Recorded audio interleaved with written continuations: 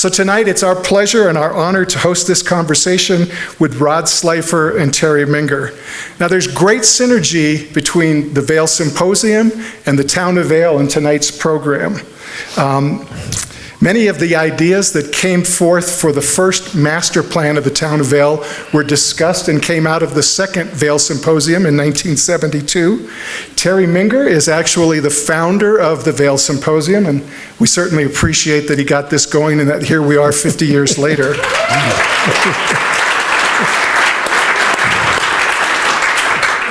And we're really glad to be in the Vail Chapel, and I know that Rod was one of the people that was instrumental in raising the funds to build this chapel back in the day. So all of those things tie together. It should be a great program.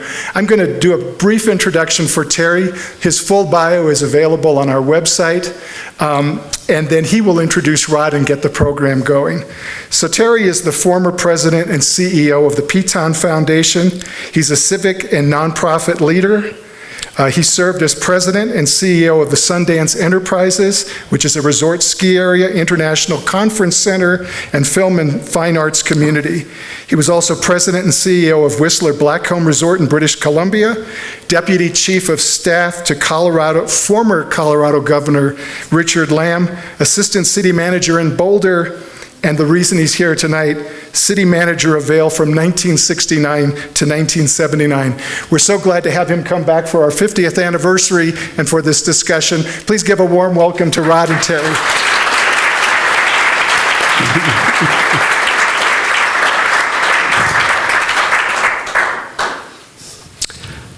Good evening. I'm grateful to be here, and I see a lot of friends out there that many who haven't seen for a while. I want you to know that after 50 years, I now have permission to come back into the town, and so I've been doing that. Judy and I have been staying with the Slifers, and we're helping celebrate the 50th Symposium birthday. It's been a lot of fun, and kind of doing a few little things with the town. But here's where I want to introduce Rod, who all of you know well, but maybe in different ways, but I want to do it in a different way. So we're here this evening, I think, to share what I'm going to call an origin story. Okay? It's the how, why Vail came to be.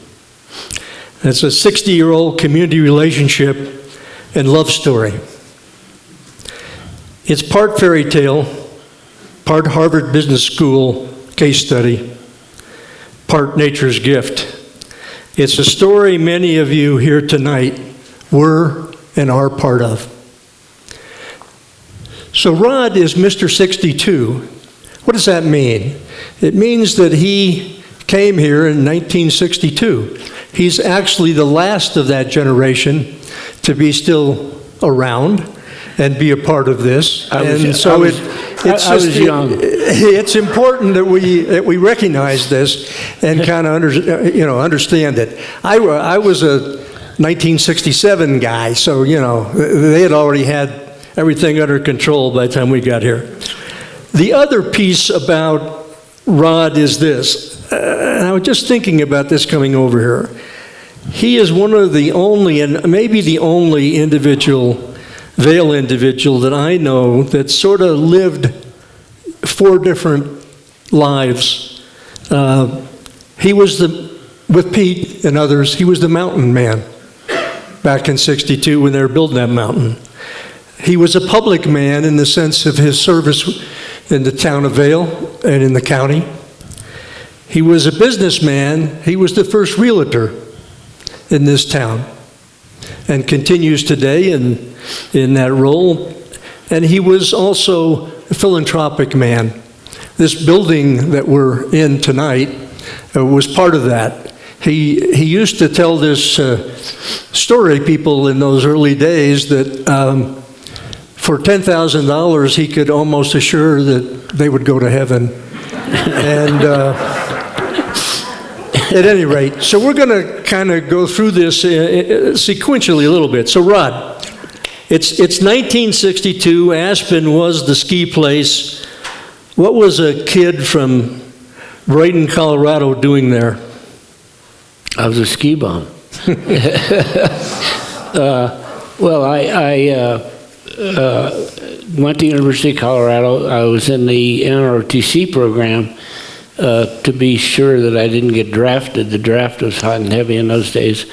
And I did end up serving in the Navy on an aircraft carrier, which was a great experience. But I came back to Denver after getting out of the service and lived in sort of in downtown Denver, and every weekend we were sharing an apartment. We were poor as church mouse. We didn't have any money, so to go skiing, we'd go to Loveland Basin and get there at 7:30 in the morning and ski pack. You'd pack them out with your skis, and at 9 o'clock you were done, and you could ski all day for nothing. So that was our economy program, and we didn't take lessons or anything. We just learned the hard way. Just skis were long and wooden and Army surplus, many of them, and they were the worst things to ski on known to man. The best thing that came along were metal skis, and that really made it easier.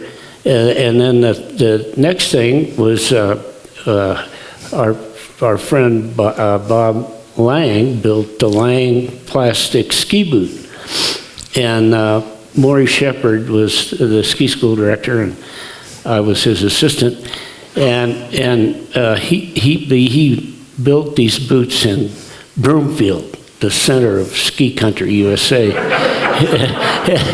And he would bring them up, and we'd put them on, and God, they were awful. They were laces and cold and stiff, and send it back.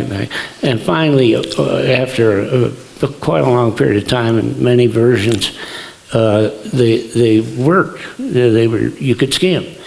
And after about a month, I said, well, I'm going to put on my old leather ski boots, and I couldn't even turn. I mean, they were just awful. But anyway, those are the changes that were made from, there's several people who were here early on, and there's a lot of gray hair out there. They're here tonight, yes, yes. But anyway, Vail, I got here May 1st, 1962. Right over here in Willow Park, there was a cook trailer, a trailer that was a kitchen. There was a trailer that was a little dining room, and there was a trailer that was 8 feet wide and 32 feet long, and Pete Siebert, Maury Shepard, and I lived in it. And it was really tight. But the handy thing, you could take a shower, go to the bathroom, and wash your hands all at the same time. It was very, very compact. But a lot of things changed from that point on. And I don't think anyone anticipated the success of Vail. And in my mind, nobody came here to make money initially. They came here to be part of this new experience. And everybody helped everybody else. And and we had a 2-lane road. You had to go over 2 passes to go to Denver and come back, or Denver to here. And it was at least a 2-hour, 3-hour drive, depending on the weather. and then very often you had to stop in Georgetown to refuel with alcohol to get over the 2 passes to get back to Vail. And how no one died doing that, but we all deserved to die. But it was what you did. and entertained yourself. But Vail was, the timing was right. The 10th Mountain Division history up at Camp Hale, and knowing that's where the 10th Mountain soldiers would go around these mountains, and Pete Siebert and others discovered the bowls that we ski on right here, and that's how, when they all got out of the service and were able to take up a career in the ski industry, came here, and almost every other ski area in the United States after World War II had the footprints of the 10th Mountain Division. Yeah. Somebody from the 10th was always here. You know, just adding to that a little bit, two things that Rod has dispelled a little bit. You know, we keep running into young people who sort of believe that maybe like Aspen or Steamboat or whatever, Vail was sort of always here. Well, it wasn't. I mean, it was just a sheep pasture, and these guys arrived. And but people ask me, and John Horn Cates has written about this a little bit, is there a Vail Way? And what Rod has been saying, and I think it's correct, part of the Vail Way was the 10th Mountain Division. You know, you had Pete Siebert, you had Bob Parker, you had Sarge Brown, all came from that. And we were all here together trying to make this thing work. Judy and I just accidentally bumped into Rini Gorsuch today, and she was lamenting about how those early days we were all in this together. We had a purpose. Sometimes we had a plan, but anyways, people didn't come here because they thought they were going to get rich, or they thought they'd be famous, or they thought anything else. They came here because they believed in the dream. So and that first year, by the way, this town had 55,000 skier days. Pretty amazing. 1962. The lift ticket was $5. Yeah. So Rod, it's still 1962. How did you become the chair of the Eagle County Planning Commission? I'm not talking. No, I had been in Vail about 3 or 4 days, and Pete Siebert said to me, we're going down to see the county commissioners in Eagle to get permission to build this place. And I said, I just moved from Aspen here. Thank you. And you don't have permission to build the place? And I said, don't worry. So we go, and the commissioners were 3 ranchers, the county commissioners, and they did have a county attorney, and he was a pretty bright lawyer for those days, and they were absolutely excited to have the possibility of a ski resort, although they didn't know much of it. They weren't skiers. And we got permission to do it right away. And about we had to go back to their meeting a couple more times, and about the 3rd time, the county commissioner, president of the county commissioner, came up to me and he said, we don't know much about this ski business. You want to be on the planning commission? I said, oh, sure. and I did behave. No bribes, no nothing. But we were able to move things along quite nicely, and everybody. The economy in Eagle County at that time was pretty soft. Agriculture had gone away, and the mining had slowed down, and all the other industries, timber. They did a lot of timbering for shores and the mines. But anyway, so they, with open arms, welcomed Vail's idea to build a ski area. And gee, if you think about today, if you're going to build a ski area, probably take you 10 years to get the approval. You know, this took about 30 days. Right. and the timing was right, and everybody really pitched in. And the people were right. Yeah, and the environmental wasn't a word that we used in those days. It wasn't a word. And so when they cleared these trails, they went up in the winter and sawed the trees off about deep snow, about that high, and they then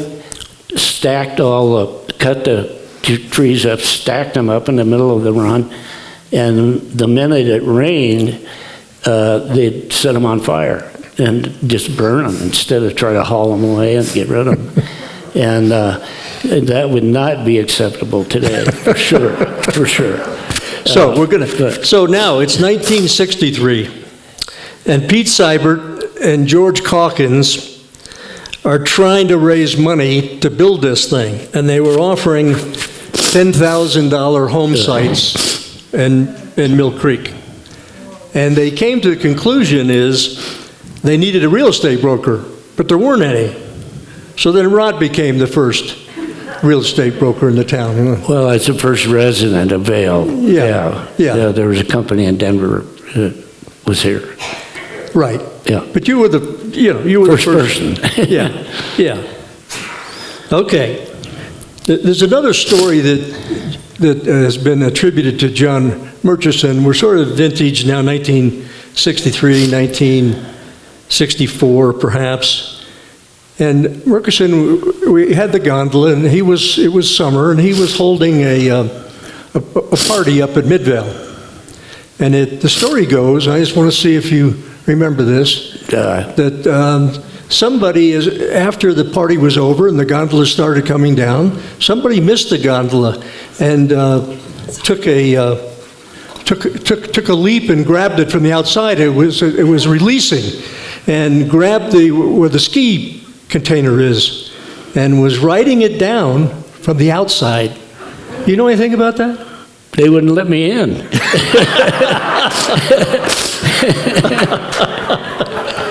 But they finally did. They wouldn't. He's on the outside, hanging there. This is our guy. Now you're starting to have second thoughts. I know. And then they finally opened the window and let him in, right? Yeah. So in those days, things were a little less structured, and maybe we just did what needed to be done at the time. So, okay, we're 1965 now, and Vail's Back Bowls opened to great acclaim, and Slifer opens a real estate office on Bridge Street. Same place today, I think. Yes. Imagine that. At that little office on Bridge Street, it was still there, goes back that far, and this guy is still the occupant of it. We also at that time hired Swiss ski champion Roger Staub, who was a friend of both of ours. Anyway. And then same in 65, Colorado passed the condominium law. Most of you don't remember that. There wasn't a condominium law before that. And that caused, in my opinion, the kind of the Vail craze of, you didn't have to have a house, you could actually have some ownership in something. And we were talking about this today a little bit. It's part of the problem, right, is that we have all these condominiums in town that maybe need to be upgraded, but you got to give everybody's permission to do it. Yeah. Want to talk about it a little bit? Well, the condominium was a new concept, and it really allowed developers to acquire land and build accommodations which are affordable compared to building a house or building a duplex. And so there was a real boom, speaking in those days, a real boom was selling, 10 condominiums in a month, something, I don't know what. But anyway, it really was a shot in the arm, and condominium ownership was a big boon to not only Vail, but every other ski area, and really every, Denver, everywhere. It was a big impact. So that was it allowed people to have a place here, whether they lived here or not, and if they lived in Denver or wherever they lived, to come and have their house, and they could rent it when they weren't here. So it was a godsend. Right. So here's another first. You want to add that? I need that. Is that I'm not we're still 1966, and Slifer opens the first Vail property management firm with Marvell Barnes out of Minturn. So he got into the property management business before anybody else. I'm going to jump a little bit. So now it's 1966 again, and the town of Vail is incorporated. And I can still remember having conversations with Pete Siebert and Bob Parker and others who realized they needed water and sewer, they needed cops, they needed all the kinds of things that a community has. And what's interesting about that, in my tenure, but even before, there was a big debate with some of the early founders of Vail, and that is John Amato took the view that no, this wasn't a town or a community, it was simply a resort. It was Disney with snow. And so what was it? Is it a community? Is it a resort community? What was it? And Rod had a big role in the fact that it became a community.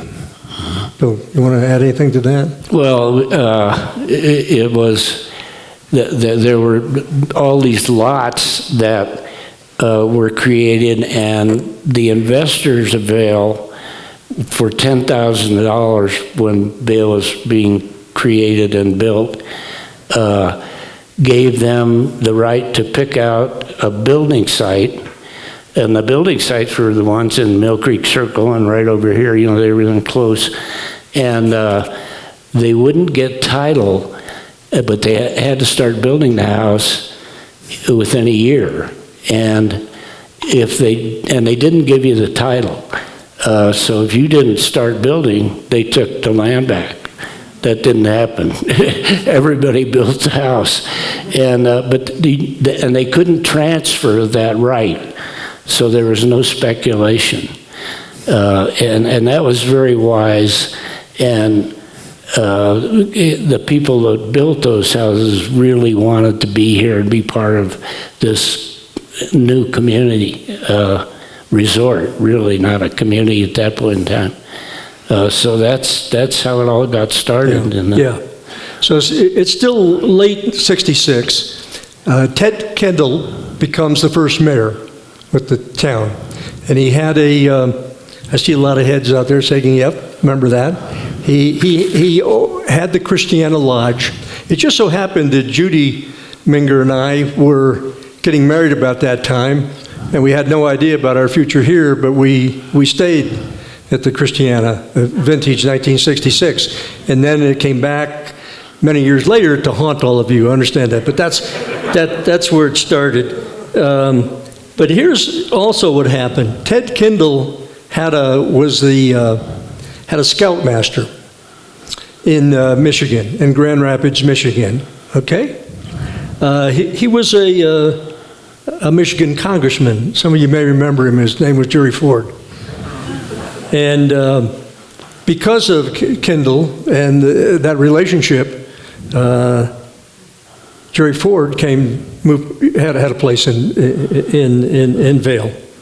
And the story kind of builds from that, and we'll talk about it a little bit later. But I can remember in those days we had, and maybe today it's still the same, I don't know, they don't allow me in the town hall anymore, but we had about 5 or 6 congressmen here. So although, Jerry Ford was a big deal, but he was one of 5 or 6. And then all of a sudden one day he was vice president, and then one other day he was president. And just a little side story on that. That day before Nixon stepped down, I'm saying it to this audience because I think you'll find this interesting. I was sitting in the vice president's office in D.C. Why was I there? I was there inviting him to come speak to the Vail Symposium that year, all right? And all of a sudden, it's Friday night, I'm the only one there. I thought, what happened? They left me, and there's a lot of scurrying going on and whatever. And finally, a woman comes out and, very embarrassed, comes up to me and says, "Mr. Minger, sorry, but the vice president will not be able to see you tonight." What had happened is, while I was sitting there, Nixon called down and said, "I'm resigning tomorrow morning." So I was the fly on the wall. This was written up later, and the Vail Symposium was all part of that. Anyways, so okay, we're going to jump ahead. 1970 now. We already talked about Rod's help in building this, which really happened in between. But Lion's Head, Rod opened with a gondola. Vail Associates it was very cash tight. It was a tough time. And Siebert became influenced by 60s French resorts, Avoyars, La Plagne, Les Arcs, maybe. Sherry will know a lot of these. And all of a sudden, we were under pressure to build some stuff in Lion's Head quickly, high-rise stuff. And there was a reaction by some saying, well, it doesn't sort of fit with the Bavarian theme, but what the hell or anyways, you want to... Very controversial. Yeah, very controversial, right? And in some ways, maybe we're still trying to fix that. I take some responsibility for that at the time, in the sense that Vail's Associates was in trouble, and we needed to get them, some help. Okay, then Dick Peterson was hired as Vail's first outside professional manager. Up to that time, Pete and others, these were mountain people, these were skiers, these were 10th Mountain. All of a sudden, Dick was at Touche Ross, so here's a Harvard MBA come in to kind of, particularly after that Lion's Head time and some of those financial stresses. And anyways, you want that era? Anything to share? Well, the Lion's Head development was very controversial because it was more modern and not, the Vail Village was patterned after the resorts in Europe that were older and 2-3 stories would be as big as they'd be, and they looked like Peppies. And so that was the architectural theme that most of the early buildings had. But Lion's Head, the ownership of Vail Resorts at that time wanted to make a change, and they modernized the architecture that was developed down there, and it's still there today. And it's still, to some degree, controversial. It's not the Alpine European architecture. So. Right. Although Arabelle has been a great addition to that. So, okay, it's 1971. We already talked about it. Some people thought maybe we needed something like a Vail Symposium, and it was founded. The original idea was to be able to have voices from outside of Vail to come figure out who we were, where we were going. That was the original purpose. And many of the things that happened in Vail was because of the symposium. The ideas were vetted here. But then all of a sudden, Rod's life and my life, because I was here then, changed in a big way. So in 1973, that congressman from Michigan became the vice president, and all of a sudden his condo over here at the lodge, Secret Service said, no. It was right above Checkpoint Charlie. Yeah, exactly. Most visible right place. by Checkpoint Charlie, he had a condo there when he was a congressman, all right? So all of a sudden, he becomes the vice president, and then the story I told about me being in the office, he becomes the president. And then all of a sudden, the issue is we got a Jerry Ford golf tournament. We've got Jerry Ford skiing with President Trudeau, others notables, okay, up here. And all of a sudden, the Secret Service comes and says, we have to change everything. We have to be able, and in those days, we had to have worldwide communications to any nuclear sub from here. Think about that. And it didn't have the technology we have today. So it took over whole buildings and pieces, and there was always this worry about how do you protect a president skiing up there on a mountain that's public and all. And anyway, in a golf tournament, Yeah. So, and Rod was very close to the president, and later went on, and as part of his Jerry Ford Foundation, we got another big issue here was, at that time, there was a story written about me that I was trying to get a bond issue passed to build the parking structure and to buy what became Ford Park, Anholt's property. And we think about this today. There was a lot of controversy about it because Ford Park out there seemed a long way out, and a bunch of people thought, why would we want to buy land way out there? And there were a bunch of developers who could see condominiums all over the place, and I saw it differently, Rod saw it differently, John Dobson saw it differently. So we had a bond issue to buy that Ford Park and the parking structure. You know what the price was? $5.5 million. Was that a good buy? I think it maybe turned out okay. But the point was, at the time, it was incredibly controversial, and Rod played a big role in that, in terms of making that happen. And the other one was because it was toward the end there, and it was being written about, this is Minger's last stand. If that doesn't pass, he's history. And Pete Siebert wrote a letter at the last moments. I can still remember Pete doing this and saying, no, we have to have this. But Rod's leadership was key in that. So, well, about the Anholt's property was owned by a rancher from, he had a big ranch down near Grand Junction, and he had a cabin at what Ford Park, where Ford Park is today. And Pete was all proud of that, and he said, come here, he'd get in my car, we're gonna go visit the guy that has that little cabin, and we think we got a deal to buy that cabin and buy that land.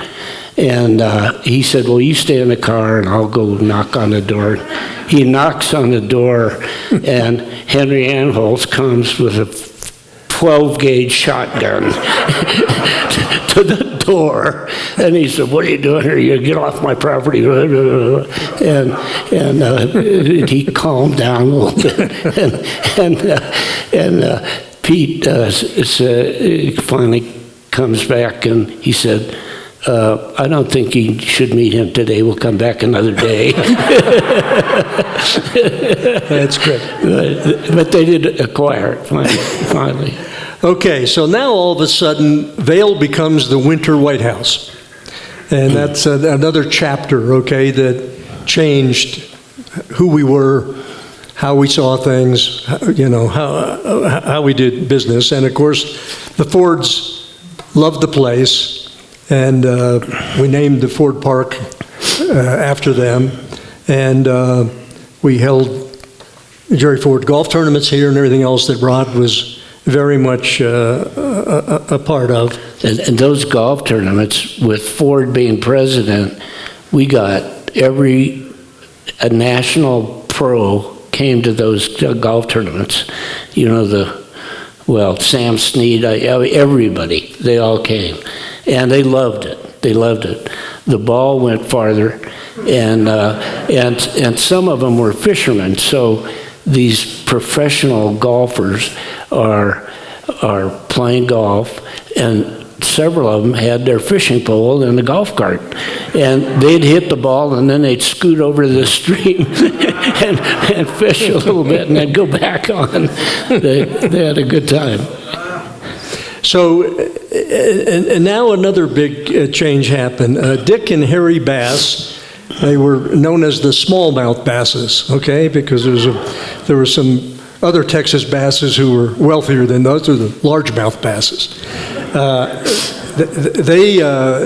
They bought Vail, and Harry Frampton became the new VA president. And later, the story goes, is Harry and Rod and Mark Smith came together and started something you may have heard of called Slifer, Smith, and Frampton, which is, now probably it's way beyond Vail. It's probably the premier real estate company in Colorado and maybe beyond.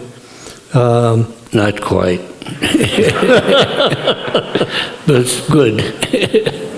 Okay, we talked about the bondage. Okay, so Rod, this is a kind of a question for you. It's 1983, all right, and the story is that there was a guy with a cowboy hat and boots who was having a courtship with a woman by the name of Beth Walker, and thought that his kind of cowboy manners and everything would win her over. Is that how that was? I had a period of time when I thought I was a cowboy. And I did have a horse. And I was the worst horseman in Colorado. Yes. That was, in my takeaway, that was the smartest decision he ever made.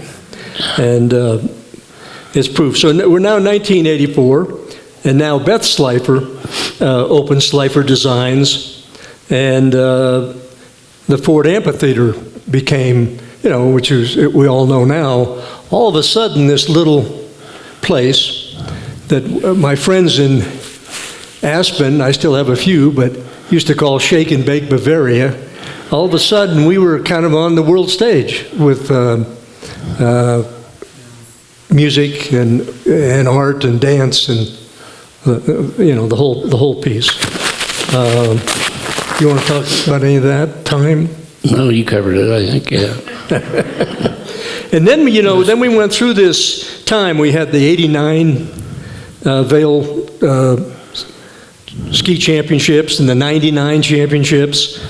And all of a sudden, Vail, this little place, this little thing that Rod living in that trailer over there birthed, all of a sudden became pretty well known internationally and way beyond just the a ski resort. 1991, Slifer and Company, the realtor company that he had all these years, merges with Mark Smith and Harry Frampton. Maybe add a little bit to that.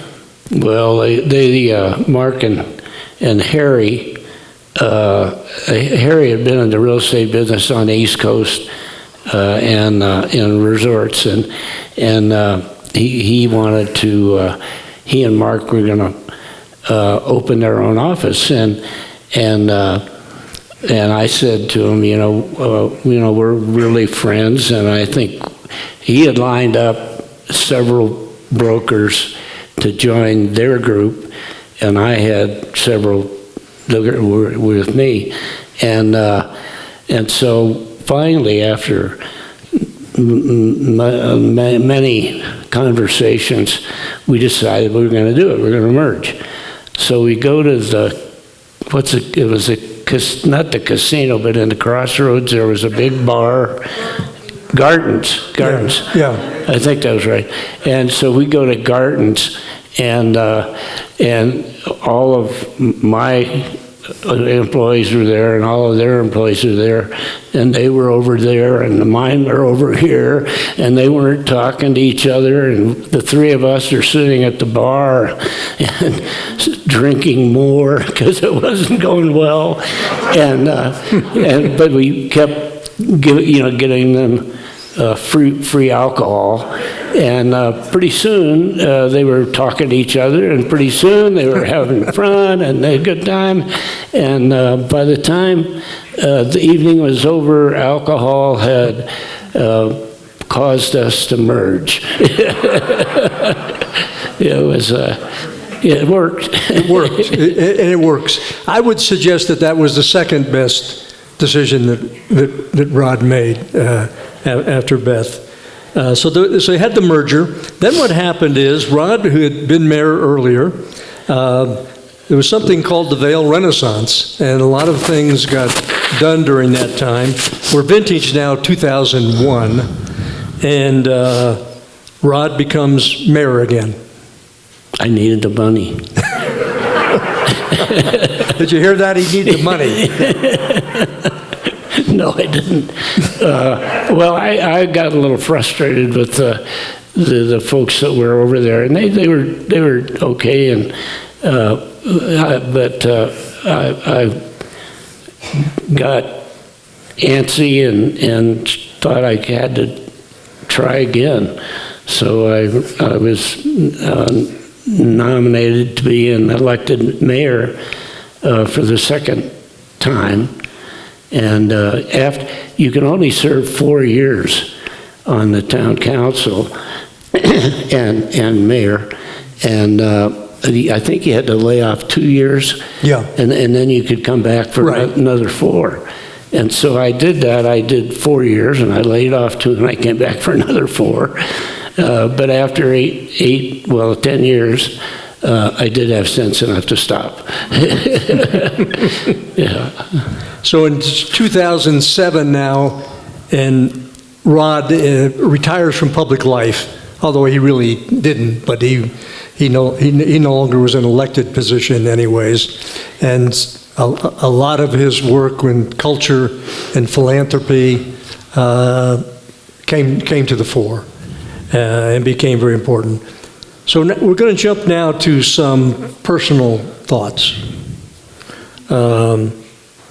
The first one is, when Rod, did it strike you that the Vail you gave your life to is one amazing story?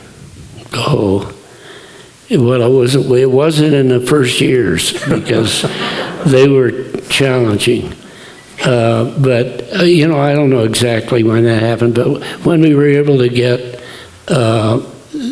national ski competitions and the World Cup, and then we really matured, and not only ski areas in the United States, but ski areas around the world learned about Vail, and today they know about Vail, and a lot of our ski school instructors are European, and they love it, and they brought that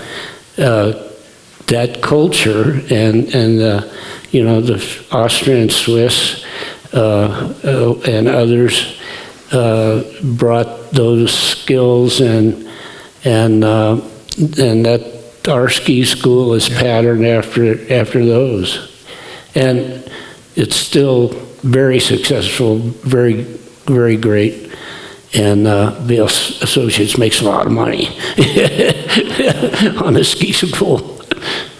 Okay, next. If you knew then what you know now, what might you have done differently in this place? I don't think I'd have done anything differently. I really don't. We had our ups and downs, but the community held together.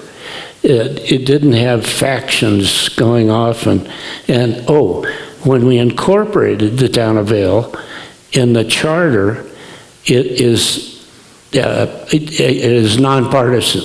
In other words, we could not have Republicans, Democrats, we couldn't have parties. And that was a very important thing to do, because in a small community that doesn't go. It's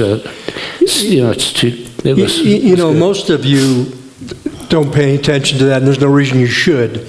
But one of the things I'm most proud of, and I think Rod is most proud of, is that home rule charter that we passed. We were the first town in Colorado. Cities had them, but towns didn't have home rule charters. And that enabled us to do all the things that you see today, including taxes and get out of under the state regulations. Structured parking. Yeah, structured parking. Paved streets, heated streets. Council manager government, the whole thing. It's and that document, I was very involved in it. Stole some from Aspen, stole some from Boulder. We made some up, but it stands pretty well today. Any thoughts of what the town of Vail or Eagle County needs to be focusing on anymore? Well, I think we just have to keep doing what we're doing. I think the various communities, there was at one point in time some conversation about incorporating the entire county. Yes. And eliminate the cities and towns. And that was eliminated. It didn't happen. And I think it was very important it didn't happen, because those communities are really, they've been here a long time. They had a lot of history, and we got a lot of cowboys down valley. And that's good. We need them. Okay. A couple even more personal ones. Over the 60 years that I've known you, there's only maybe one time I've ever seen that you were not without a dog. And one of the ways most of you have been able to track this guy over the years, the same way I track him. You see the dog walking around town, and then he must be somewhere close. The dog was usually outside a bar. So you find you find the dog first, and then if you have a biscuit, that's always good, and you keep it, and then he'll show up.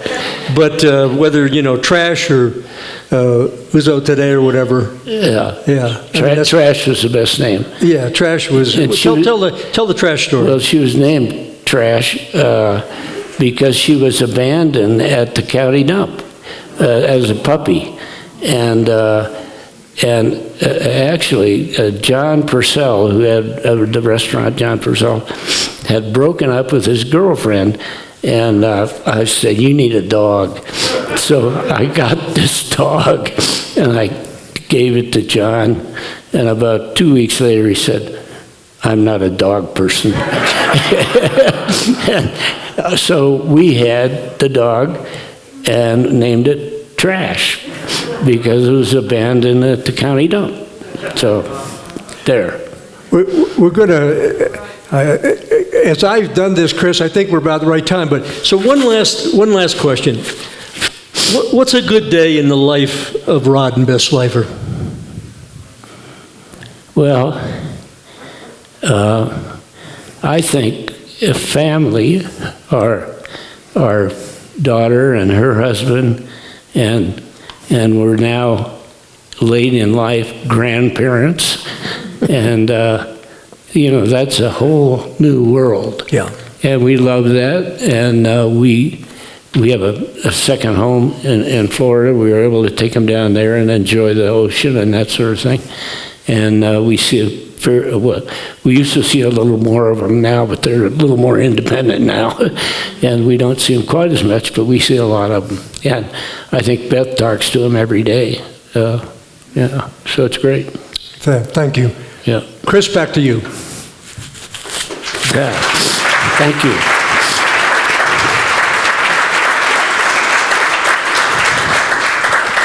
Thank you both. It's very interesting.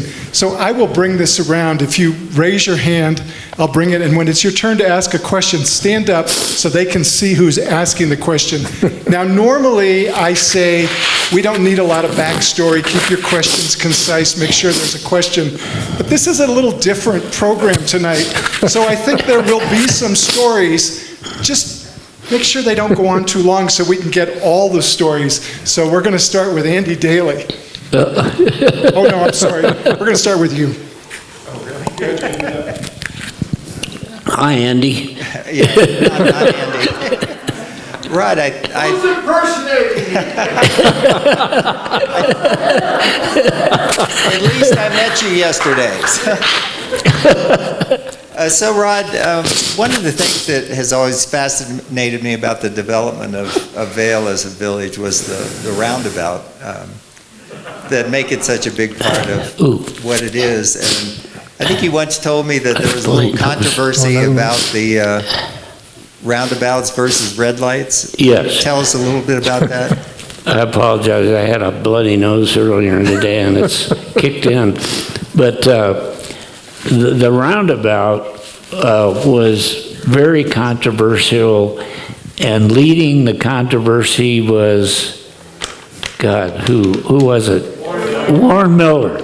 Yeah, Warren Miller. Holy Moses. He wrote articles to the newspaper. He was just bitching about everything, just awful. But we went ahead and did the roundabouts. And sure enough, about, I don't know if it was a year later or 2 years later, whatever, and he wrote the newspaper and said, I was wrong. And that was great. It was great. And, you know, after that, a lot of communities built roundabouts. So, Yeah. I think I'm going to live. You want another one here? I got it. Okay. Just had a bloody nose today. That's okay. Well, that's all right. What made you decide to do the roundabout? Oh, God, I can't remember who was sort of. It was McLaurin was the manager. Yeah. Bob McLaurin was the manager at that time. And, you know, it was something that if you spent any time in Europe, You saw, yeah. roundabouts are pretty damn common, right? And you had all these problems here with, you know, when you have a stop sign in a town like this, you back up. So the notion was, and McLaurin had some engineering and studies, and then had, you know, spent some time in Europe. And so that's the...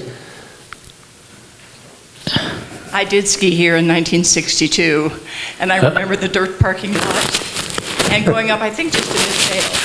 But at any rate, I was just wondering if you still ski, and what are your favorite runs? I still ski. Not as fast.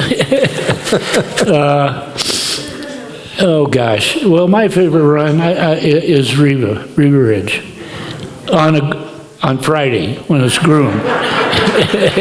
Not Monday or Wednesday, Friday. But, well, there's a toll on that one. You have to. No, I still owe money. Yeah. Well, I do like that too. But I had to encourage more grooming on Slifer Express. At first it was really bumpy. I didn't like that. My name is J.C. Clark, and I was with the ski patrol here from the first year. And I want to thank you both for all the good work you did. About the roundabout, and I'm not sure if this is, there was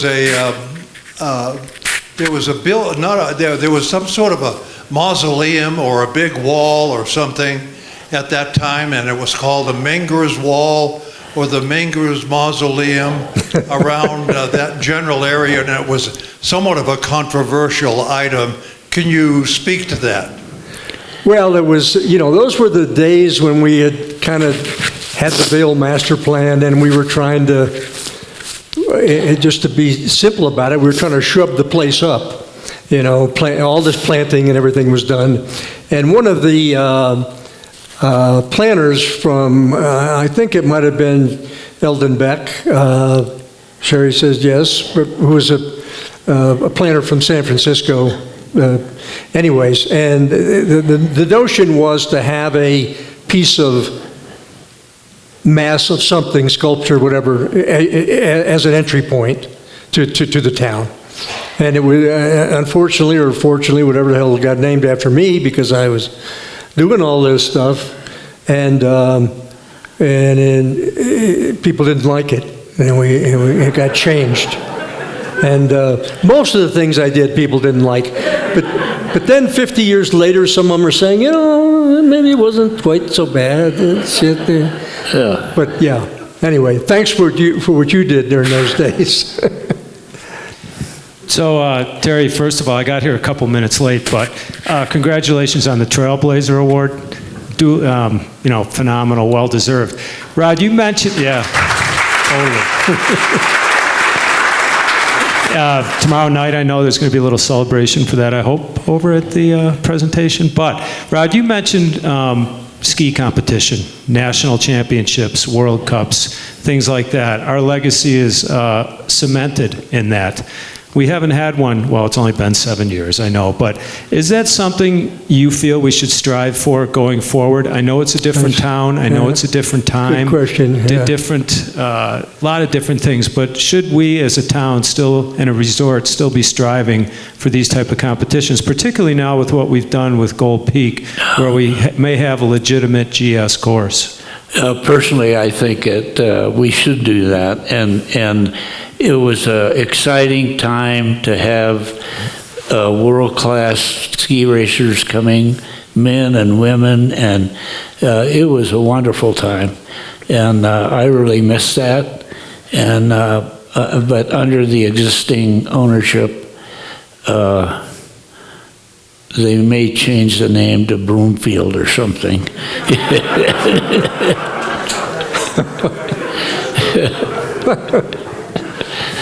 My name is Suzanne McKenna. My parents they're always right. I will never be right. They moved here in '67 when I was a year old and bought in at Manor Vale. And I'm lucky enough to have been able to come back and make this my home too. So I'm asking a question about the highway and the tunnel and what you saw as, was there a lot more people once they made the tunnel in '73? Or when did I-70 kind of come through Vail versus having the smaller road on the side? And how do you think that impacted the growth of Vail? Well, go ahead. The there's a big debate over the I-70. Should it have, where it should come in, and that was fought over for years in terms of some of the wilderness area over there thing. But so I think it's a tough question, because in some ways to have an interstate bisecting your town is a pain in the ass, right? However, it brings a lot of people here, and in a way that they're not able to get other places, and so it enabled us to prosper. I think part of it is, people talk about maybe someday part of it could be covered. I don't know, but there's no question it's impactful both ways. You can get, but the town right now, you look at all the people parking on the road there, and some of the issues with the state. This parking issue's have to be dealt with here. I know everybody knows that, but because that I-70, we're very accessible, and with the amount of ski passes being sold to everybody kind of can be here pretty quick. One little quick story about that I-70 thing. So Rod and I were both involved in the I-70 in the sense of getting pedestal highways, which Colorado hadn't done. The Europeans have been doing it for years. So you don't have to go in and move around so much earth and tear up streams and everything. So, we were, and it just so happened a guy named Jerry Ford was president. That helped us. But the point of it is, we got the feds to build a highway in a better way. Here's the last thing. I was involved in that, getting the bike path, which we did here, connected to, now it goes over part of the I-70 highway, right? And so I was always proud of that, but nobody ever knew it. Nobody, anyway. So many years later, when I wasn't here anymore, I was in the governor's office down there, and I was at a table with a bunch of federal highway people, and I had a name tag, and they kept looking at my name tag, and one big burly guy says to me, I sort of, we know one another, don't we, from somewhere? And anyway, they finally came out and said, were you the guy that was involved in that bike path on that interstate highway, the first one in the nation? And I thought, wow, I'm finally, I'm recognized after and he gets up in front of this group and the governor and says, that was the dumbest thing we ever did.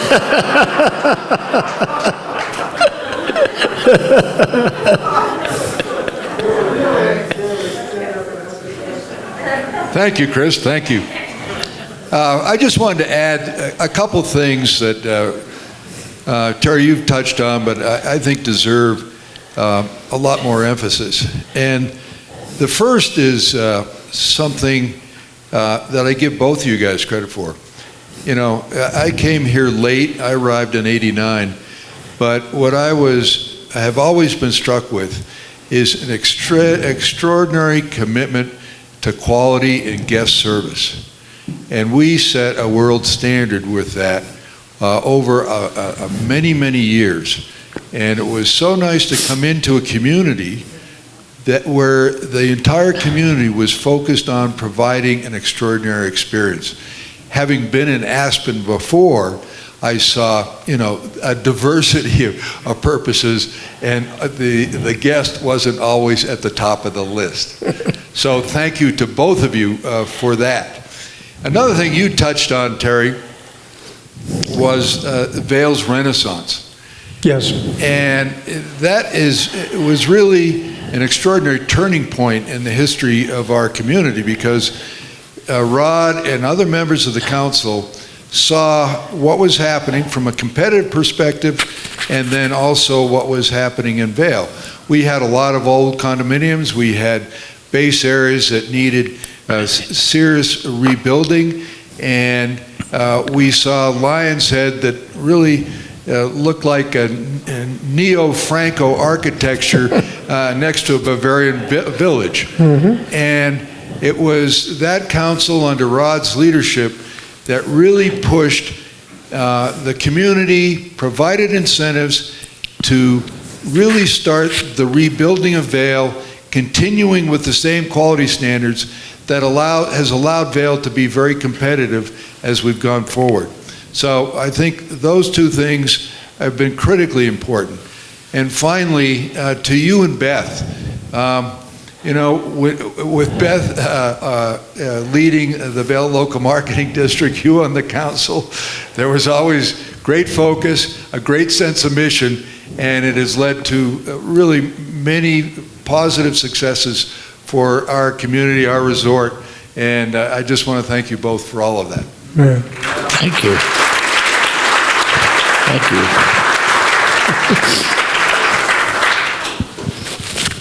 Hi, Rod. Hi, Terry. This is Jen Mason. I also arrived in 1989.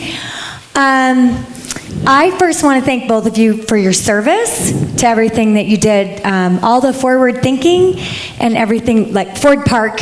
At the time, I've heard stories that it was too far out of town. It was no one will come. It's one of our most successful programs in the summer that we have here, as we all know. So thank you, and I know there were so many more things that both of you did, so I just can't thank you enough for everything that you did and just believing in our community. So Vail is what it is today because of people like Rod and Beth and Terry Minger. So we're very, very grateful for that. But I actually do have a real question. So John and Sissy Dobson, rumor has it, and I cannot find out the real story, so I am the executive director of the Colorado Snow Sports Museum, and that Pete Siebert wanted to move the river. And this was before the ski area was created.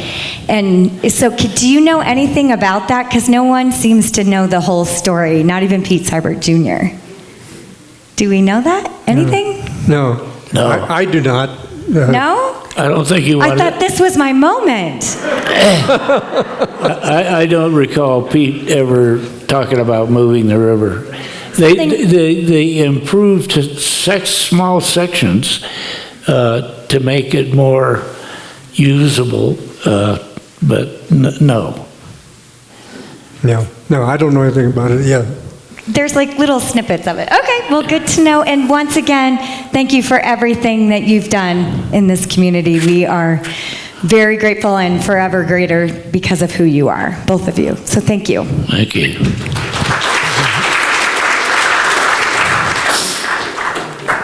As I worked my way to the other side of the room and then back to the front, you kind of got started, but I think maybe got a little off track in the early question asking about how a guy from Brighton ended up here.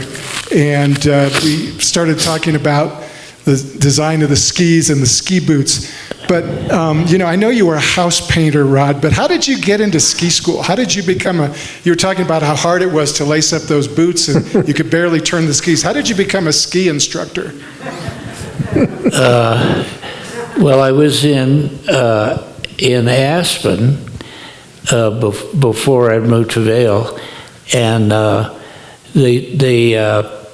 someone in Aspen, I can't even remember who it was, said they're going to have a clinic for ski instructors, and you should go to that clinic, and you don't have to become a ski instructor, but it'd be good for you. And so I did, and Morris Shepherd was the head of the ski school, right? Yes, he ran it. The ski school was actually owned privately. Okay. So with Friedel Pfeiffer and Fred Island. Yeah. A Swiss and an Austrian guy who owned the ski school. They made a lot of money. but anyway, where was I? No, that's how you got into the ski business. So you took the clinic. Yeah, well, I did. Yeah. I took the clinic, and I'd never taken a lesson. So they started. Here's how you put on your boots. Here's how you do a kick turn. Here's how you do all this stuff. And about at the end of the week, I was pretty good, and they hired me. So, but I was exiled to talent. Right? I was exiled to. Buttermilk, the beginners, and if you want to be a ski instructor, it's not glamorous to teach kids that are 9 years old, and you got a whole bunch of them that fall off the chairlift. It would take you an hour to get up to take one run, and it was a real lesson. And I worked really hard to graduate from that program. But that allowed you eventually to get hired here, is that right? Yes, with Morris Shepherd. Morris Shepherd, yeah. Maury and Pete Siebert grew up together back east, and were in Aspen together. Yep. And so when Pete came to Vail, he got Maury to come along and run the ski school, and that's how they got here, or he got here. And that's how you got it. And that's how I got here. So, two completely unrelated questions, you choose. One, the huge contribution of the Europeans to Vail and the relationships that we've had with the European ski areas over the years. I wonder if you'd talk about that. Second question, something I've always wondered about. This is a community that started from absolutely nothing and has been hugely successful. Are there analogs to that in or outside the resort world in the country? I don't know. Those are two deep questions. The first one is, and Rod can answer to this, because it is absolutely true that we had a lot of Austrian, German, Swiss people here. I mean, and you look at the Stoffers, or you look at Pepe and Scheike and Roger Staub, and on and on and on. Pete Burnett, who was my public works guy who was from Minturn, he always called them the funny talkers. And I said, well, they may be funny talkers, but let me tell you, they know what they're doing here. And they laid a groundwork, and they still do to some extent, a groundwork for this place. And then, of course, Pete and Parker particularly, coming out of the 10th Mountain Division, but had been in Europe. Courchevel was one of the Pete's, kind of favorite places, and so we attracted that kind of talent here. Your last question is a really important one for this committee to be thinking about in the future, and I don't have an answer for it. But I believe that coming from the sort of local government, city management world, and other resort towns, I think Vail is unique in that. I think it's one of the most successful new towns in the United States, and maybe in the world. And we didn't try to do that. It just sort of happened. I'm not trying to say we're not bragging here. I'm just saying, but I don't think there is another model out there. I know right now there's a lot of anguish in this town, but in a lot of places. First of all, it's anguish in the world. This is a happy night we're having, but my God, all around us is, we're all anxious and sad and uptight. But this is, my opinion is this is a very special place. I think it's a magical place. I think it's physically a magical place. And then I think it's been able to attract people who care about the kinds of things we've been talking about tonight. But so somebody asked me a similar question the other day, because I got this public meeting coming up tomorrow, and I haven't had one of those for a while. But I'm just kidding with that. But people are worried, and I said, let's think about this for a minute. Let's look at Vail's sister city, which is St. Moritz in Switzerland. All right, and St. Moritz, in 1100, the Celts used to visit there because of the mineral waters. Think about that, 1100. Then the Romans came. Then in 1800, it became, under the Swiss Confederation, a resort. And it's a pretty successful place. It's been through 3 or 4 world wars. It's been through 7 or 8 depressions. And Vail is just 60 years old. It's just a kid in that game. And I think the key is to be thinking, I've always thought they ought to have a position over at the town of a futurist.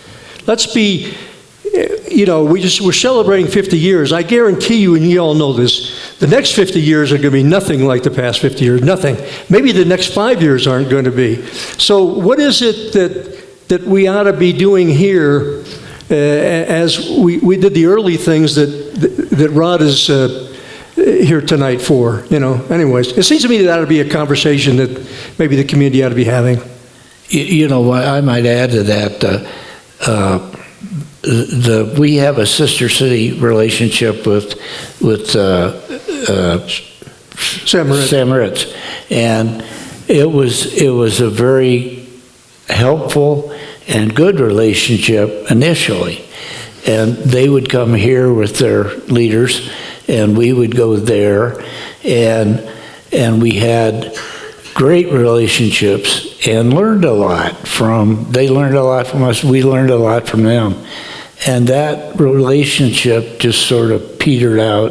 But I think it's about to be rekindled. That would be good. It would be very good. I think it's a terrific thing. Yeah. And for all of us, in that sister city relationship, you got a good deal when you went over there. They had the price. The price it was not retail. It was wholesale. It was cheaper, and it was really good. And it's different. They do a lot of things that we don't do, and it's really fun, and they enjoy coming here. So I wish we could get that back to being active. Okay. Hello, everyone. My name's Kent Erickson, And in 1967, 68, 69, I was the chief accountant for the ski area. I have a nice little story, I think, about Game Creek, the addition of Game Creek to the ski area. And George Duflas, a rancher down valley, owned the property. And is he a sheep runner too? Yes, sheep. yeah. Right. Yeah, sheep. Yeah. They were up this valley also. Right. I got to speak down up close. Yeah. Well, anyway, I was in the office. It must have been a Sunday because I was the only one there. And George came to the. I didn't know him. And he came to the office. He said, "Pete here?" No, I said, "No, Pete's not here." He said, "How about Bob Parker?" No, I said, "I'm in." He said, "You ask the boys." If that's what he said, you ask the boys if they're going to buy my land back in Game Creek. I said, oh, okay, yeah. I didn't know where Game Creek is located. Pete Siebert came in a little later on, and I told him, and you can see Pete's eyes got a little bright, because he realized that George was anxious to sell. So anyway, as we all know, the deal was made, and my understanding, I believe it's true, is that the Chair 7 was actually being built before Vail Associates closed on that land. Is that what you recall? Yeah. And at the end of that meeting, when we agreed, we were down on Lionshead, we had, it was Pete and myself and who was from the real estate company, somebody from the real estate company. Oh. But anyway, we get all done with this meeting and we all agreed to everything, and Pete reaches around and brings out a bottle of whiskey. And he said, well, I think we ought to celebrate. Yeah. And we drank the whole thing. Yeah. Well, I thought it was Ouzo. Yeah, it was Ouzo, I think. Yeah. Well, anyway, Pete came to the door, and I told him, and so the chairlift was being built and everything, and then they closed on the land, as you just heard. But anyway, I ran into George Duflas about 20 years later, and I reminded him about the story, and I had to introduce myself, of course, and he didn't remember me, but he said, oh yeah, and I said, well, how did you acquire that land? I mean, what's the story on that? And he said, well, there's this good old boy in the valley. He wanted me to buy that land, And I said, I kept putting him off.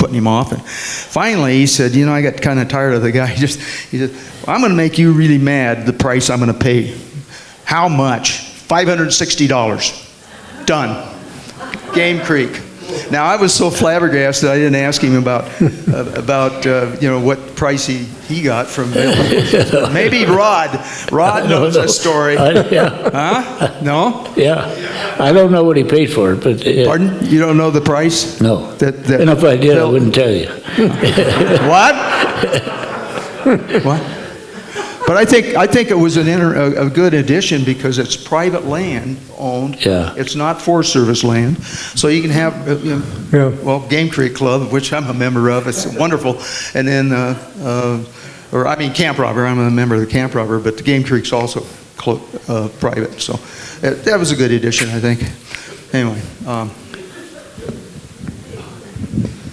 Rodney, are there any hockey goalie stories? Well, I tried to play hockey, and the goalie. I could skate a little bit, but not much.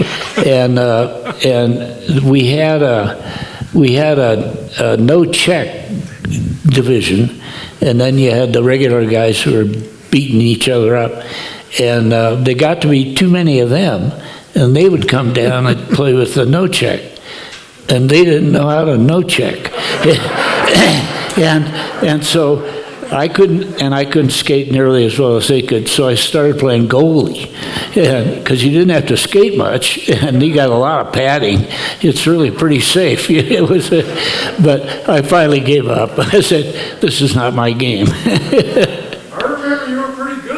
Well, that was goalie. That was it. Yeah. Go ahead. Yeah, Rod. Just from this kind of a half personal question. I don't want to put you on the spot, Terry too, but a dear friend of mine is passed, but he had a lot of things to do with Vail, and he was truly a character, as you well know. Paul Johnston. Oh, yeah. I don't know if you had any Yeah. stories, Yes. both to tell about Paul, because he was always in the eye of the hurricane, let's put it that way. Oh, well, Paul developed the hotel, Right, Christiana.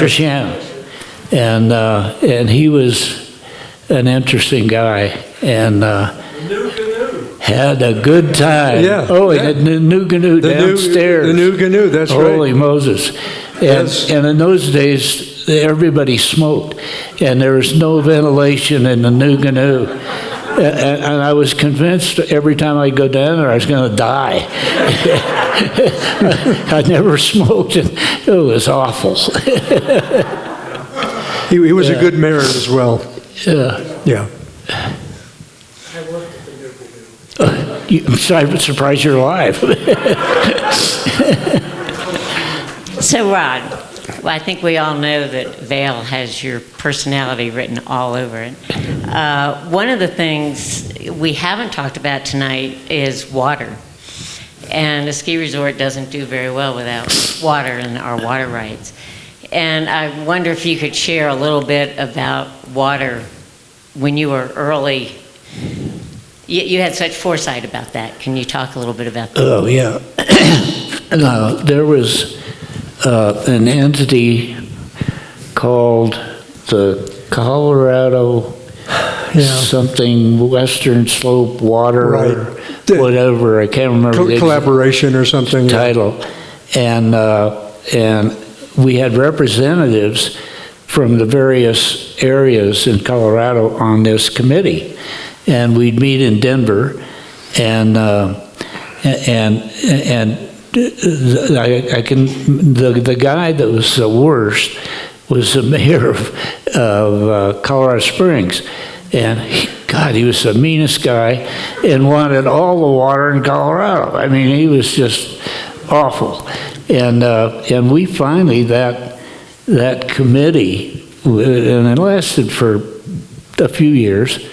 But finally, it just sort of disintegrated because it was too controversial. Just you didn't get anything done. So. But you were able to get the water rights Oh. that you were looking for. Yeah, we did get the water rights for sure. Yes. And that was, people shot each other for water rights. Yeah, exactly.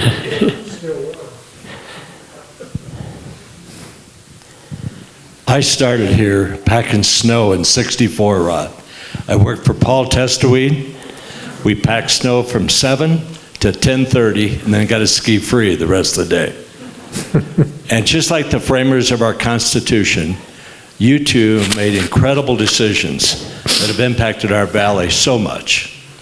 And I can't tell you the joy I've had living here all these years, and each of us in this room have had. And the footprint that you have in our culture, the lives that we've had together, many of us here tonight who've known each other 40, 50 years. Our children are here now because they want to live here, and our grandchildren. And I just wish that our value system was everything it was as a community, which it is of the people in this room, that it was back when you guys were making those wonderful decisions and your leadership. And God bless you both for everything you've done for us. Thank you.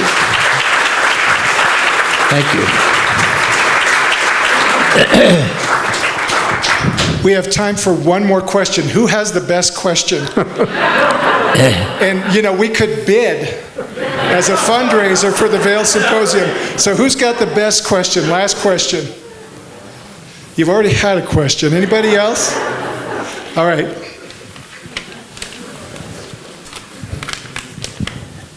So very quickly, my name is Michael Galvin, and Rod, I was one of those 9-year-olds in February of 1962 over Washington's birthday weekend that found myself here, and wow, what a vision that was. Because I said, please come back, we're going to have chair 5 in and the back bowls and the whole thing. But I was wondering if you could reflect, both of you, on the history of Vail in the context of the summer.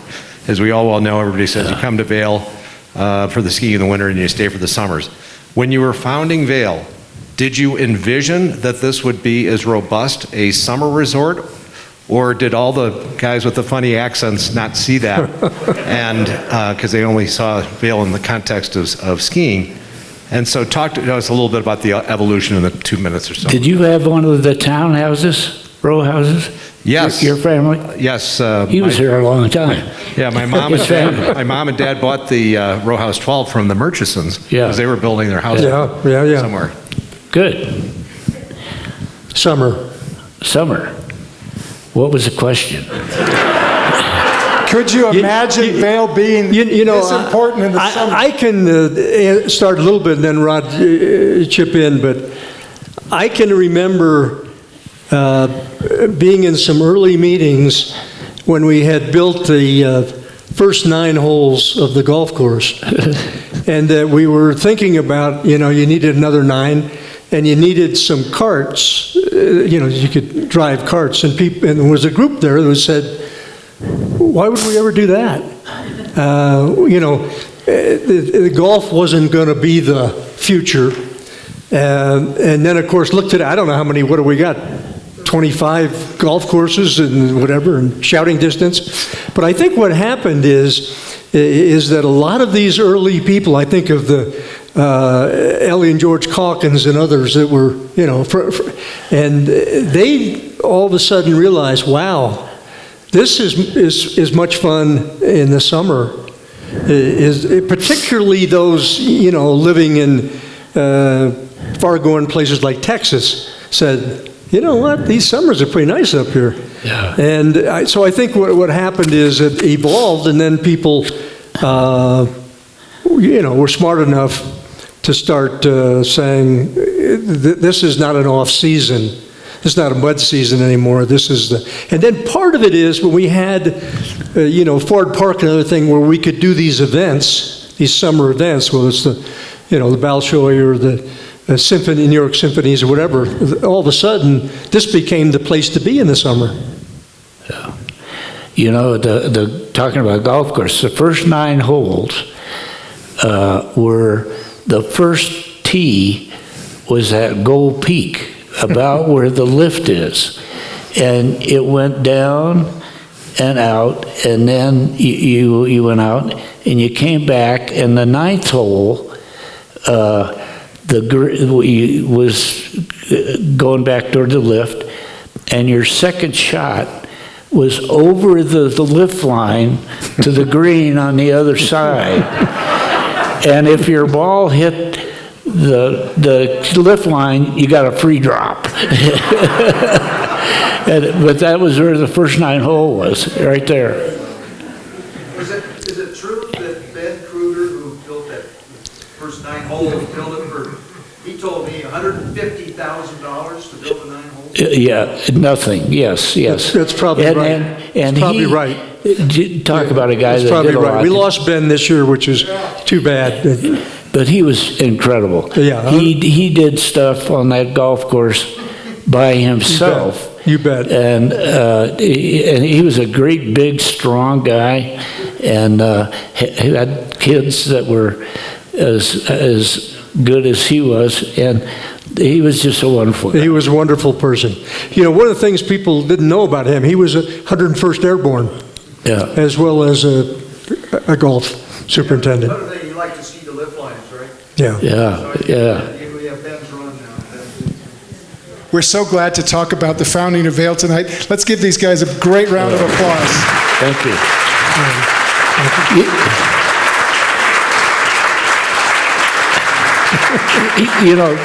Can I say one more thing?